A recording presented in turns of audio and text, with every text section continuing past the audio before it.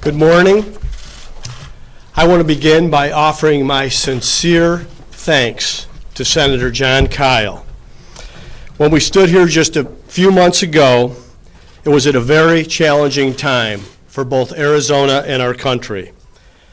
Congress had a full workload to get through, and Arizona was just coming off a very difficult week following the death of Senator John McCain.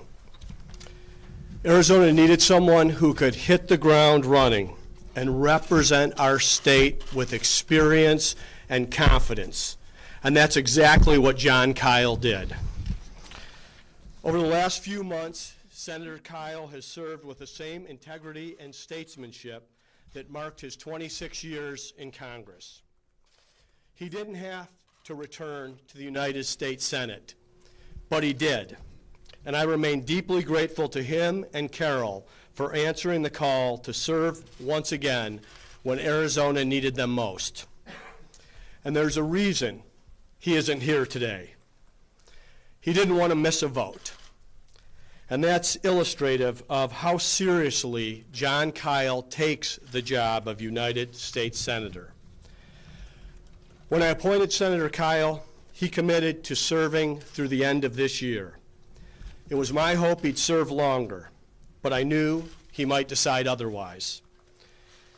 As you all know, last week he informed me he'll be stepping down on December 31st. I gave careful consideration when deciding who should represent our state moving forward. The need for effective leadership is just as great today as it was then. And once again, the question is the same. Who is the best person available to represent the state of Arizona? Arizona needs someone who understands the critical issues, who can get to work on day one, and who embodies a spirit of service, of putting the people we represent above all else. Martha McSally possesses these qualities. Colonel McSally's service to this country is one for the history books. 26 years in the United States Air Force.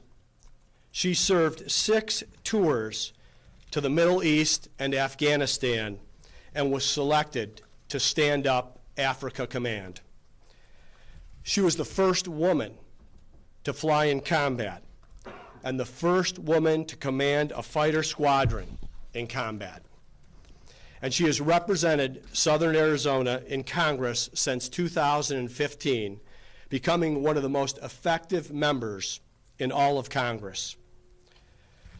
All her life, Martha has put service first, leading in the toughest of fights and at the toughest of times. One of the first women ever selected for fighter pilot training. Over 325 combat hours flown in the A-10 Warthog. Commander of her fighter squadron, known as the Bulldogs. And an unrelenting drive to make positive change, even when it means challenging authority. Like when she took on the Pentagon to overturn a discriminatory policy that forced women service members to wear Muslim garb, all before she even entered Congress. Martha McSally is uniquely qualified to fight for Arizona's interests in the United States Senate. On issues affecting Arizona's military bases and veterans, she brings a personal expertise as one who's worn the uniform. And on the important issues that affect everyday families, she's shown a talent for bringing people together and finding common ground. I'm proud to call Martha McSally a friend, and I know that together with Senator-elect Sinema, she will advocate for our state and work across the aisle to get positive things done. Thank you, Martha, for stepping up.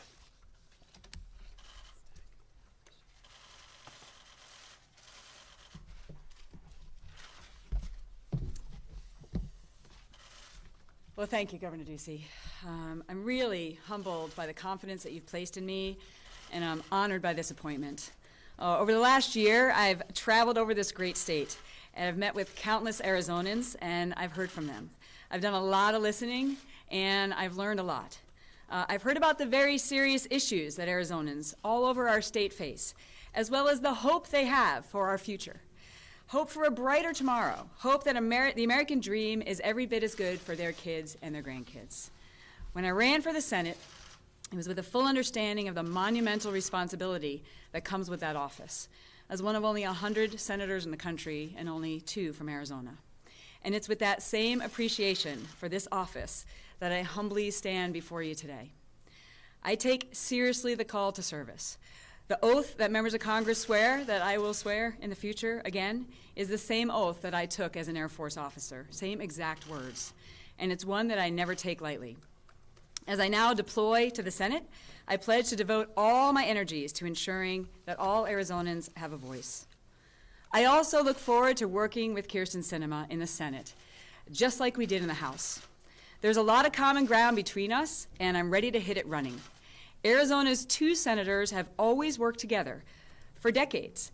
That's our tradition and how we're most effective, and that's how I plan to serve.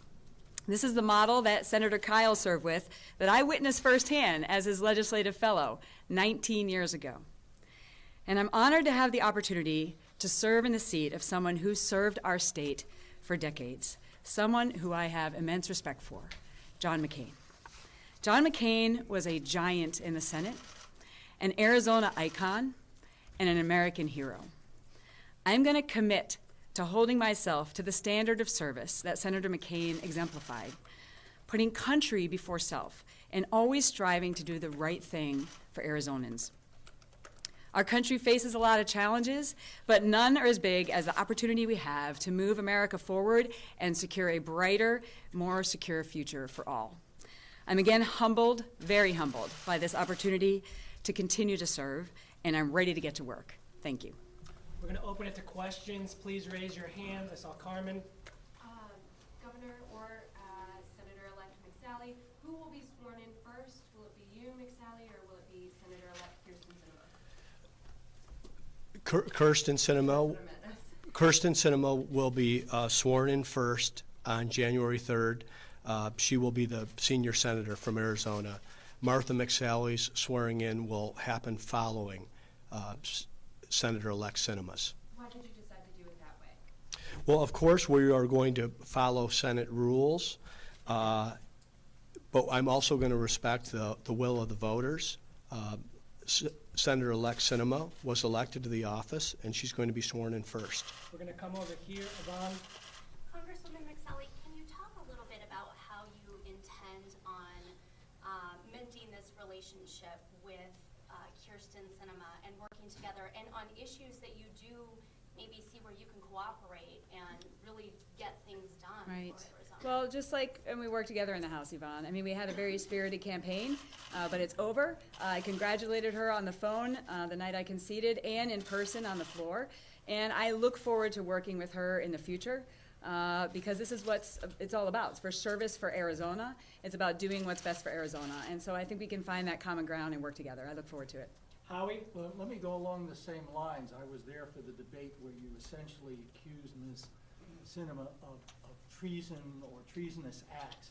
How do you get past that when you've accused an elected congresswoman, a senator-elect, of treason? How do you get past that? And Howie, the election's over, and the people have spoken, and I'm honored to have this appointment. And now for all of us, it's about moving forward, and it's about the challenges that we have as a state and as a country, and continuing to be problem-solving to make a difference for the people that we represent. And that's the approach that I'll take. And I look forward to working with Kyrsten. I texted her this morning. We'll do last question from CBS here. Yeah, a quick question for Congresswoman McSally. What would be your message to voters out there who may be a little bit skeptical? They may say, you know, you didn't win the election, but now you're being appointed by the governor, and maybe that's not the way it should be. If you could step up and just really, what would your message be to those folks who might be a little bit skeptical of this appointment? Well, as I said in my remarks, I am very humbled and I'm grateful for this opportunity and this appointment by Governor Ducey. I've spent my life in service, and I'm going to continue to serve with everything I've got to make a difference for those who I represent. That's what I did in the House, and that's what I intend to do in the Senate.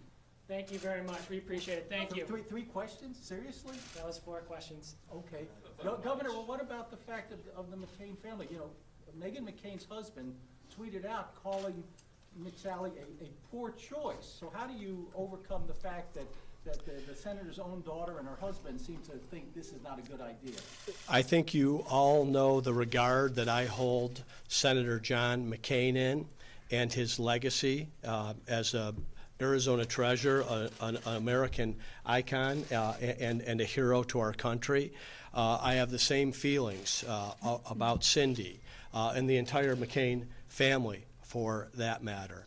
I was happy that Martha and Cindy were able to get together and visit earlier this week and clear the air. And now it's time to get to work. Thank you. When you make the criticism that voters made their choice and it's chosen someone else that the voters have not already rejected? The voters did make their choice. And I believe that the voters had 2 excellent choices in this past election. Martha McSally received over 1 million votes to the United States Senate, and now she will be serving alongside senior Senator Kyrsten Sinema.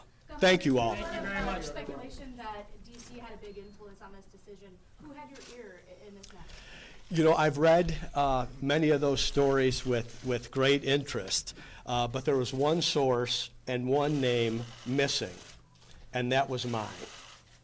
I think the fact that I'm standing here and now with Martha McSally at my side, making the appointment to the United States Senate, says everything that needs to be said. Thank you all very much. Thank you.